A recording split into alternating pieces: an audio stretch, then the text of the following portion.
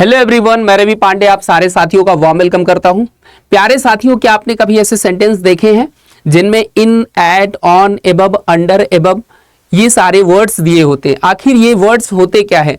तो बहुत सारे ऐसे साथी होंगे कि जो पहचान पा रहे होंगे कि यस सर, ये हमारे होते हैं प्रपोजिशन, लेकिन बहुत सारे ऐसे स्टूडेंट हैं जो नहीं पहचान पाते।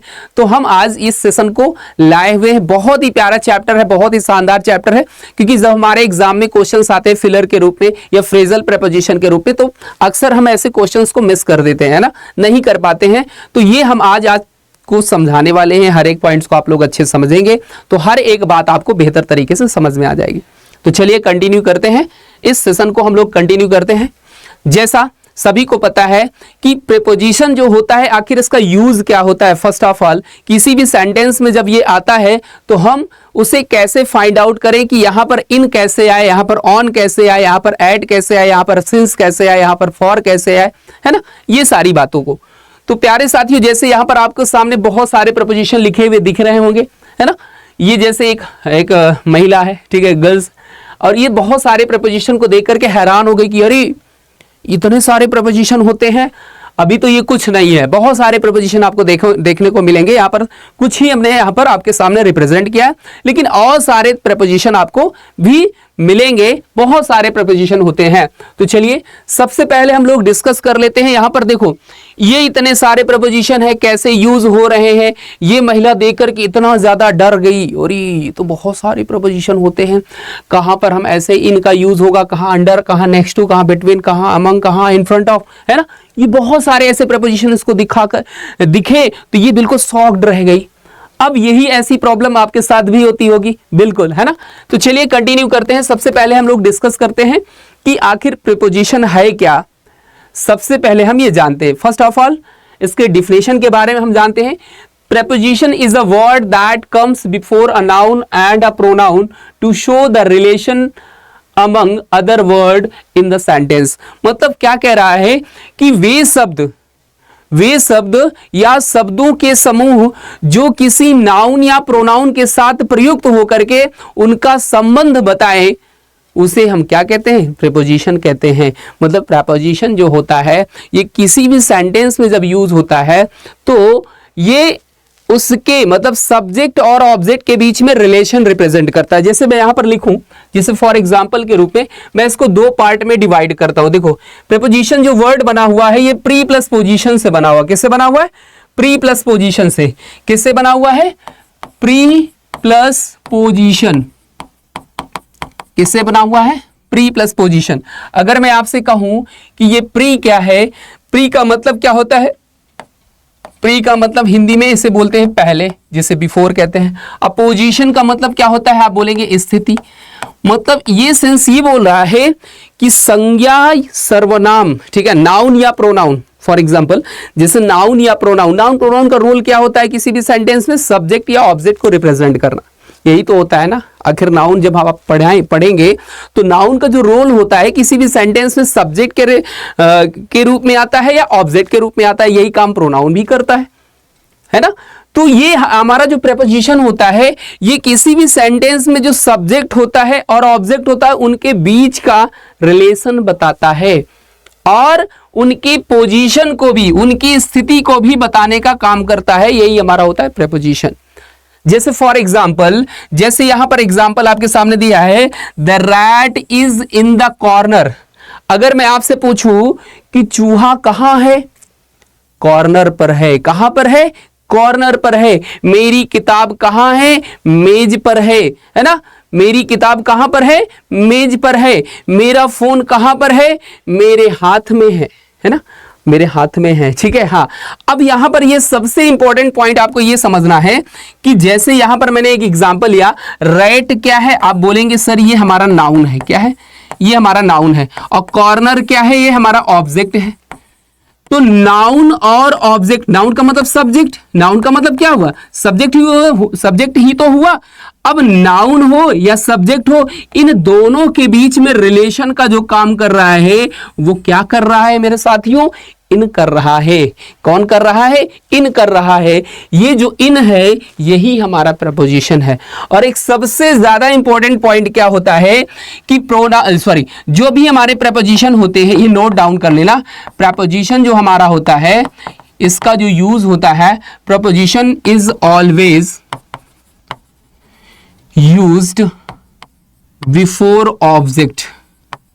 ये पॉइंट्स टू बी नोटेड। मतलब अगर हम पूछे रिप्लेसमेंट क्या है आखिर प्रपोजिशन का, जैसे सब्जेक्ट के, जैसे नाउन का जो रिप्लेसमेंट है ना, वो क्या है? नाउन का जो रिप्लेसमेंट है वो है आपका सब्जेक्ट के स्थान पर। किसी भी सेंटेंस में सब्जेक्ट के जगह पर आएगा या ऑब्जेक्ट की जगह पर आएगा। वैसे ही प्रपोजिशन जब यूज होता है किसी भी सेंटेंस में, तो ये किसके बिफोर यूज होता है? ऑब्जेक्ट के बिफोर यूज होता है। मतलब आपने यही समझा कि प्रपोजिशन जो होता है ये किसी भी सेंटेंस में जब भी यूज होगा ऑब्जेक्ट से पहले यूज होगा। कहां यूज होगा? ऑब्जेक्ट से पहले यूज होगा। बिल्कुल, डेफिनेटली। तो यहां पर ये एग्जांपल्स दिया है, जैसे दिया है the preposition is shown the relation between corner and right. मैंने वही बताया ना कि कॉर्नर और राइट के बीच में क्या दिखा रहा है? रिलेशन दिखा रहा है। इसी को हम बोलते हैं प्रीपोजिशन। क्लियर हुआ ना? सो आपको प्रीपोजिशन की डेफिनेशन क्लियर हो गई, आखिर इसका यूज क्या होता है ये भी आपको पता हो गया। आगे बढ़ते हैं नेक्स्ट। अब अगर हम बात करें यहां पर कुछ, यहां पर प्रपोजिशंस के पार्ट्स दिए गए हैं ना, पार्ट्स ना कहकर के टाइप्स ऑफ प्रपोजिशन, प्रकार दिए गए। क्या? टाइप्स ऑफ प्रपोजिशन दिए गए हैं। जैसे पहला प्रपोजिशन दिया गया है जिसे हम कहते हैं सिंगल वर्ड या सिंपल प्रपोजिशन, है ना। सिंगल वर्ड वाले या सिंपल प्रपोजिशन इन्हें बोलते हैं। इसमें जैसे ऑन आता है, इन आता है, एट आता है, फॉर आता है ना। जो सिंगल वर्ड का होता है, जो सिंगल वर्ड का, जैसे यहां पर हमने इन लिखा तो इन जो है ये सिंगल वर्ड का है ना। ये से हम कहते हैं सिंगल वर्ड प्रपोजिशन। ओके, अगला होता है डबल प्रपोजिशंस। डबल प्रपोजिशन क्या होते हैं? ऐसे वर्ड जो दो शब्दों से मिलकर के बने हुए। जैसे यहां पर देखो इन और टू, अप और ऑन, ये दो शब्द है ना। अप को अलग कर दो, देखो अप भी है और ऑन है, ये दो शब्दों से मिलकर के बना, तभी इसका नाम क्या हुआ? अपॉन हो गया। तो जो दो शब्दों से मिलकर के बने हो उन्हें हम डबल प्रपोजिशन बोलते हैं। अगला है कंपाउंड प्रपोजिशन। कंपाउंड में क्या होता है? जैसे एबव, ठीक है, एबव हो गया। अराउंड, जैसे आ को हटा दिया जाए तो क्या हो जाएगा? राउंड हो जाएगा। अब इनमें क्या है? दो से अधिक शब्द मिले हुए हैं। बिलो है ना, यहां पर डब्ल्यू है, ये हमारा क्या है? बिलो है। ओके, ये सॉरी,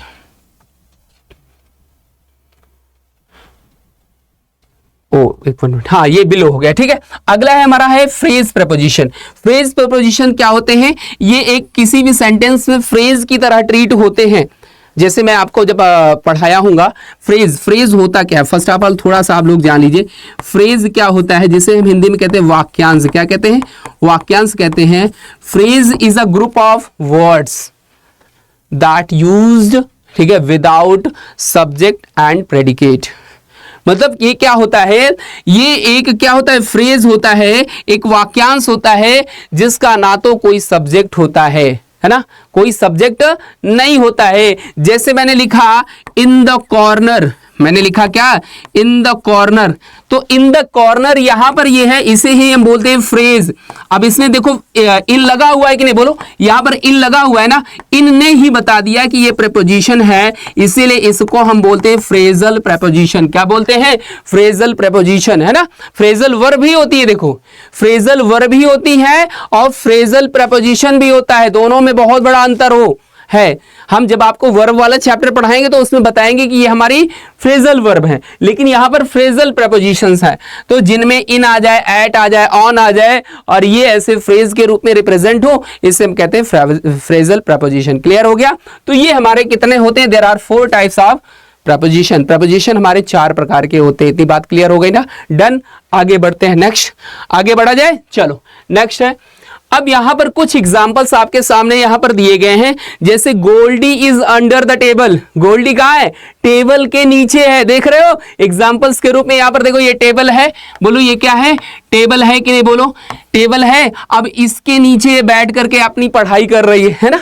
बड़ी वाली टेबल है, छोटी वाली नहीं है, ठीक है। हाँ, एक जैसे एक तखत होता है ना, उसके बराबर वाली टेबल है, मतलब थोड़ी सी बड़ी है ना। हाँ, उसी के नीचे आराम से बैठ करके पढ़ाई कर रही है कि इसको कोई देख ना पाए। पाए। देखो कितने आराम से बैठ के पढ़ाई कर रहे हैं ना। हाँ, तुम्हें भी ऐसे पढ़ाई करना है। ओके, अब देखो यहां पर क्या यूज हुआ, अंडर। अब देखो अंडर का प्रयोग कहां यूज हुआ है, जब कोई वस्तु किसी के नीचे हो और टच में ना हो। ये ध्यान रखना, जब कोई वस्तु किसी के नीचे हो, मतलब मान लेते हैं कि हमारा टेबल है, फॉर एग्जांपल मैंने एक टेबल लिखा, अब टेबल के नीचे ये पूरी तरह से कवर्ड है कोई वस्तु, मान लेते हैं कि ये टेबल के नीचे कोई ऐसी वस्तु रखी है, ये पूरी तरह से क्या है, कवर्ड है। तो यहां पर जब हम बोलेंगे कि ये जो वस्तु है, मान लेते हैं फॉर एग्जांपल ये एक रखा हुआ है, फॉर एग्जांपल, ठीक है, ये मान लेते हैं एक स्टोन रखा हुआ, क्या स्टोन रखा हुआ है, एक पत्थर रखा हुआ है। अब ये पत्थर क्या है, किसी वस्तु के ऊपर से कवर है। जैसे फॉर एग्जांपल, जैसे मैंने कहा फॉर एग्जांपल दैट बेटा, जैसे मैंने कहा कि ये मेरा हाथ है ना, अब मेरे हाथ ने इस मार्कर को कवर कर लिया है, कवर कर लिया ना, जैसे गाड़ी के ऊपर कवर कर देते हैं ना, हाँ कवर कर देना, कवर कर दो। ओके, अब यहां पर देखो ये वस्तु टच में नहीं है, लेकिन ऊपर से इसने पूरा ढक लिया है, तो वहां पर हम किसका प्रयोग करते हैं, अंडर का यूज करते हैं। तो Goldie is under the table, है ना, Goldie is under the table. अगला क्वेश्चन है ball is in the table, ठीक है। अब यहां पर फॉर एग्जांपल है, टेबल लगा के बॉक्स है, अब हाँ बॉक्स है, अब ये एक बड़ा सा बॉक्स है, अब इस बॉक्स के अंदर बॉल रखी है। फॉर एग्जांपल जैसे मेरे पास ये मार्कर है, ठीक है, फॉर एग्जाम्पल अब ये मार्कर को हमने क्या कर दिया, अपने हाथ में ले लिया। मान लीजिए कि ये हमारा हाथ एक कटोरा है फॉर एग्जाम्पल के रूप में, ठीक है। हाँ, अब इसको हमने इस हाथ को हाथ के अंदर अपने मार्कर को ऐसे डाल दिया, तो ये मार्कर का जो रिप्लेसमेंट होगा वो कहाँ होगा, किसी चीज के अंदर होगा। कहां होगा, किसी चीज के अंदर होगा। तो कोई वस्तु अगर अंदर है, अंदर की ओर इस्टेब्लिश्ड है, तो वहां पर हम किसका यूज करेंगे, वहां पर हम इनका यूज करेंगे। जैसे मैंने कहा I am in the room, मैं कमरे में हूं। मान लो कोई लड़का है फॉर एग्जाम्पल के रूप में, है ना, अब वो कमरे में बैठ करके पढ़ाई कर रहा और उसके पास किसी दोस्त ने फोन किया कि यार भाई कहाँ हो इस समय, तो बोलेगा I am in the room, मैं कमरे में हूं, ठीक है, पढ़ाई कर रहा हूं। तो यहां पर वो ऑलरेडी पहले से कमरे में है कि नहीं। तो यही आपको दिमाग लगाना है कि जब कोई वस्तु ऑलरेडी पहले किसी चीज के अंदर हो, तो वहां पर इनका यूज होगा। किसका यूज होगा, इनका यूज होगा। क्लियर हो गया कि नहीं, आगे बढ़े। नेक्स्ट है, अगला है ऑन का प्रयोग। देखो ऑन का प्रयोग क्या होता है, किसी वस्तु के ऊपर हो, रखी हुई कोई वस्तु हो और वो टच में हो, ठीक है, किसी वस्तु के ऊपर रखी हुई कोई वस्तु क्या हो, टच में हो, तो यहां पर हम किसका प्रयोग करेंगे, ऑन का। फॉर एग्जाम्पल के रूप में आपने देखा कि ये एक बॉक्स है, ये एक बॉक्स है और बॉक्स के ऊपर क्या रखी हुई है, एक बॉल रखी हुई है। क्या रखी है, एक बॉल रखी हुई है और बॉल क्या है, टच है। जैसे मैंने कहा my mobile phone is on my hand, ठीक है, मेरे हाथ पर है, ठीक है, और ये क्या खुला है, खुला मतलब ऑन का प्रयोग जब भी होता है तो खुले के रूप में, ओपन प्लेस के लिए होता है और वो उसे टच में होता है, ये ध्यान रखना, ठीक है। ये देखो यहां पर ये इसके बीच में टच हो रहा है कि नहीं, बोलो। जब कोई वस्तु किसी के ऊपर हो और टच में हो, तो वहां पर हम किसका यूज करते हैं, ऑन का प्रयोग करते हैं। The ball is on the table, मैंने कहा, ठीक है, my book is on the table, on the table, ये समझना। ओके, क्लियर हुआ ना। आगे बढ़ते हैं, अगला है ball is beside the box. अगला एग्जांपल्स क्या कह रहा है, ball is beside the box. अब ये देखो बॉक्स रखा हुआ, इस बॉक्स के बगल में रखी हुई वस्तु है, कौन सी, बॉल रखी हुई है। अब ये बॉल कहां पर रखी हुई है, ये बॉक्स के साइड में रखी हुई है, तो इसीलिए यहां पर हमने किसका प्रयोग किया, बिसाइड। बिसाइड का मतलब होता है के बगल में, ठीक है, इसका मतलब क्या होता है मेरे साथियों, के बगल में। मतलब आपने क्या देखा कि कोई वस्तु अगर किसी के साइड में हो, तो वहां पर हम किसका प्रयोग करते हैं, बिसाइड का यूज करते हैं। किसका, बिसाइड का यूज करते हैं। क्लियर हो गया ना। तो यहां पर हम किसका यूज करेंगे, बिसाइड का यूज करेंगे। एग्जांपल्स आपके सामने, इमेज के थ्रू आप समझ लीजिए कि कोई वस्तु किसी के बगल में, जस्ट बगल में हो, जस्ट। अब ये नहीं है कि कोई वस्तु यहां पर है एक और कोई वस्तु काफी दूर रखी हो, तो वहां पर बिसाइड नहीं यूज होगा, वहां पर फिर हम फॉर अवे का प्रयोग करेंगे या नियर का प्रयोग करेंगे। लेकिन यहां पर ये वस्तु इसके बगल में है और टच में है। सबसे इंपॉर्टेंट पॉइंट क्या याद रखना है, टच में है, उससे छू करके रखी हुई है बगल में। जैसे मैंने कहा this digital board is beside me, ठीक है, ये डिजिटल बोर्ड मेरे बगल में है। तो देखो मेरे और डिजिटल बोर्ड के बीच में कितना डिस्टेंस है, बहुत कम डिस्टेंस है ना।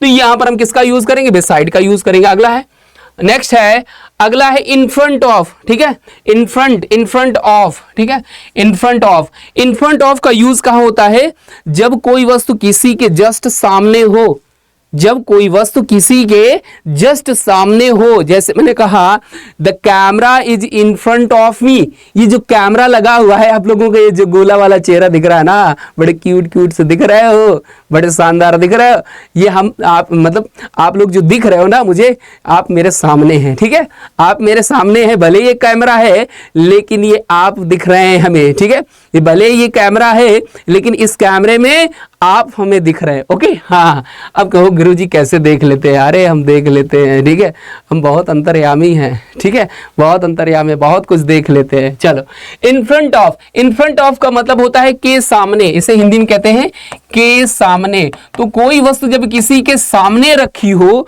तो वो हम बोलते हैं क्या, इन फ्रंट ऑफ, है ना, क्या बोलते हैं, इन फ्रंट ऑफ। जैसे ये एक बॉक्स है और ये बॉक्स के सामने रखी, अब देखो अगर इस साइड होता तो साइड हो जाता, लेकिन जस्ट सामने है तो इन फ्रंट ऑफ का यूज होगा, ठीक है। जैसे मैंने कहा the mango tree, for example के रूप में, the mango tree is in front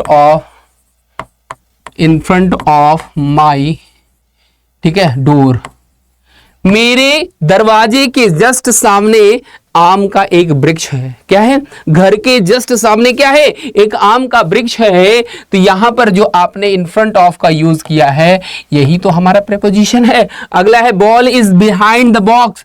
अब देखो इसकी पोजीशन को देखियो, क्या है, ये सामने का हिस्सा है, ये इन फ्रंट ऑफ, और इसी के जस्ट क्या हो जाएगा, पीछे। जैसे मैंने कहा the digital board is behind me, digital board मेरे पीछे है ना। तो जब पीछे के लिए कोई वस्तु हो, कोई सेंस पीछे के लिए हो, कोई वस्तु पीछे के लिए हो, तो वहां पर हम बिहाइंड का यूज करते हैं। आपने एग्जांपल देखा, फॉर एग्जांपल दैट मैंने कहा डिजिटल बोर्ड, फॉर एग्जांपल के रूप में digital board is behind me, है ना। डिजिटल बोर्ड मेरे क्या है, पीछे की ओर है ना। तो जब कोई वस्तु किसी के पीछे होता है तो वहां पर हम किसका यूज करते हैं, बिहाइंड का यूज करते हैं। अगला एग्जांपल हम लोग देखते हैं। अगला एग्जांपल क्या है, बिसाइड। अगला क्या है, बिसाइड। अब बिसाइड का क्या यूज है, बिसाइड का मतलब होता है के बगल में, है ना। यहां पर क्या हो जाएगा, बिसाइड वाला एग्जांपल हो गया क्या। चलो फंस अगेन, ठीक है, एक बार फिर से रिपीट हो गया है, कोई बात नहीं। आगे बढ़ते हैं, नेक्स्ट एग्जांपल कह रहा है, अगला एग्जांपल है नेक्स्ट टू, है ना, next to. The rat is next to computer, ठीक है, कंप्यूटर के नेक्स्ट टू, मतलब जैसे यहां पर कोई वस्तु रखी, फॉर एग्जांपल आपको दिख नहीं पा रही होगी, और इसी की जो है जस्ट यहां पर रखी, मतलब कोई वस्तु है लेकिन थोड़ा सा क्या है, डिस्टेंस है। अब यहां पर देखो इसका और इसके बीच में डिस्टेंस दिख रही होगी, हाँ जरूर दिख रही हो। तो जब कोई वस्तु किसी के थोड़ा सा डिस्टेंस में हो, बगल में हो, साइड में हो, तो वहां पर हम क्या यूज करते हैं, नेक्स्ट, है ना। जैसे जब क्या होता है कि जब कोई एक लाइन होती है, एक रो के रूप में, एक कॉलम के रूप में, तो उसमें जब किसी स्टूडेंट को बुलाया जाता है ना, नेक्स्ट बोला जाता है ना, नेक्स्ट टू, अगला आए, ठीक है। तो जस्ट ये दो चीज एक समान एक रो में रखी हुई है ना। तो इसके जस्ट यहाँ पर जो वस्तु होगी ये क्या, किस रूप में होगी, नेक्स्ट टू के रूप में होगी। किसके रूप में, नेक्स्ट टू के रूप में होगी ये सॉरी। अगला एग्जांपल है the rat is between two things, मतलब ये दो वस्तु है या दो, मान लीजिए कि ऐसी कोई, ठीक है, पोल है, यहां पर मान लेते हैं ये क्या, दो ऐसे पोल है, दो क्या है, पोल है।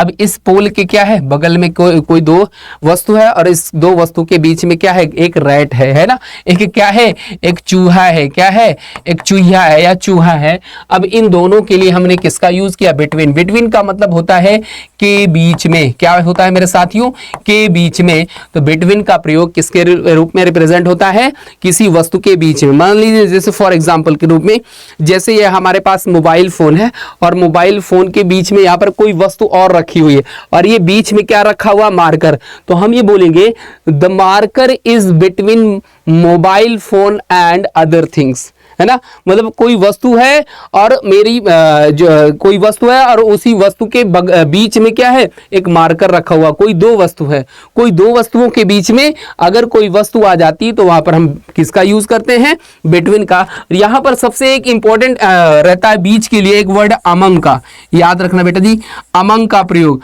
अमंग का मतलब होता है के बीच में, लेकिन अमंग का प्रयोग जो होता है ये दो से अधिक होता है, मतलब मोर देन टू थिंग्स, दो से अधिक वस्तुओं के लिए। जहां कहीं भी दो से अधिक वस्तुओं के बीच की बात हो, जहां पर जैसे मान लीजिए कि 4-5 लड़के खड़े हैं और 4-5 लड़कों के बीच में हम खड़े हो गए बीच में, है ना, जैसे फॉर एग्जांपल्स के रूप में बहुत सारे ऐसे स्टूडेंट्स हैं जो हम खड़े हुए तो सारे बच्चे आकर के घेर लिए, तो हम क्या है, the teacher is amongst the student, मतलब अध्यापक बच्चों के बीच में है ना।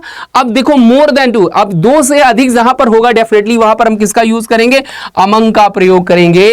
तो ये होते हैं हमारे प्रपोजिशन। सबसे इंपॉर्टेंट पॉइंट आपको क्या याद रखना है मेरे साथी, कि इंपॉर्टेंट पॉइंट क्या है कि प्रपोजिशन का जो यूज होता है या पार्ट्स ऑफ स्पीच होता है, ये होता है बिफोर यूज ऑफ ऑब्जेक्ट, है ना।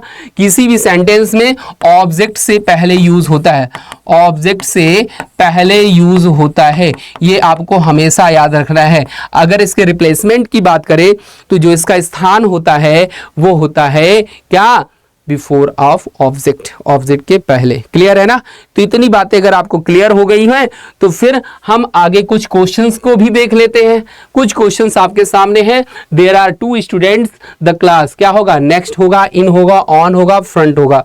तो क्या होगा, there are 2 student in the class होगा, है ना। कक्षा में 2 विद्यार्थी हैं, कक्षा में कितने हैं, 2 विद्यार्थी हैं। तो यहां पर हम किसका यूज करेंगे, इनका प्रयोग करेंगे। नेक्स्ट एग्जांपल है, अगला है the orange are not in the basket, they are क्या होगा, दे आर क्या होगा, next to on the table हो जाएगा, है ना। जो ऑरेंज है ये बास्केट में नहीं है, ये कहां पर है, टेबल पर रखे हुए हैं। तो यहां पर हम किसका यूज करेंगे, ऑन का प्रयोग करेंगे। तो आपको सेंटेंस को देखना है, सेंटेंस को समझना है, उसकी मीनिंग को समझना है कि आखिर वो मीनिंग जो रिप्रेजेंट कर रहा है वो किस सेंस के रूप में ले रहा है। अब यहां पर देखो बिटवीन भी दिया है, नेक्स्ट दिया है, इन दिया है। इनका तो प्रयोग आपने देख लिया कि अंदर के लिए यूज होता है। बिटवीन का प्रयोग मैंने कहा कि 2 थिंग्स के बीच के लिए करते हैं, 2 थिंग्स के लिए करते हैं। और नेक्स्ट का प्रयोग अगले के लिए, ठीक है, इसका सेंस कोई वस्तु के अगले हिस्से के लिए हो तो वहां पर नेक्स्ट टू का यूज होता है। और ऑन का प्रयोग मैंने बताया कि कोई वस्तु किसी के ऊपर रखी हो तो वहां पर हम ऑन का प्रयोग करते हैं, ठीक है। तो ये रहे कुछ एग्जांपल्स। तो फिर हम मिलेंगे अगली क्लास में। आई होप सारे बच्चों को आज की क्लास से ये समझ में आ गया होगा कि आखिर प्रपोजिशन होता क्या, इसका क्या यूज होता है। कुछ ऐसे हमने एग्जांपल्स दिए, कुछ ऐसे आपको प्रपोजिशंस लिए जो आपको समझाए, बताए कितने टाइप्स के प्रपोजिशन होते हैं ये भी आपको बताए। फिर मिलेंगे अगली क्लास में, तब तक आप लोग मस्त रहिए। Bye everyone, love you all.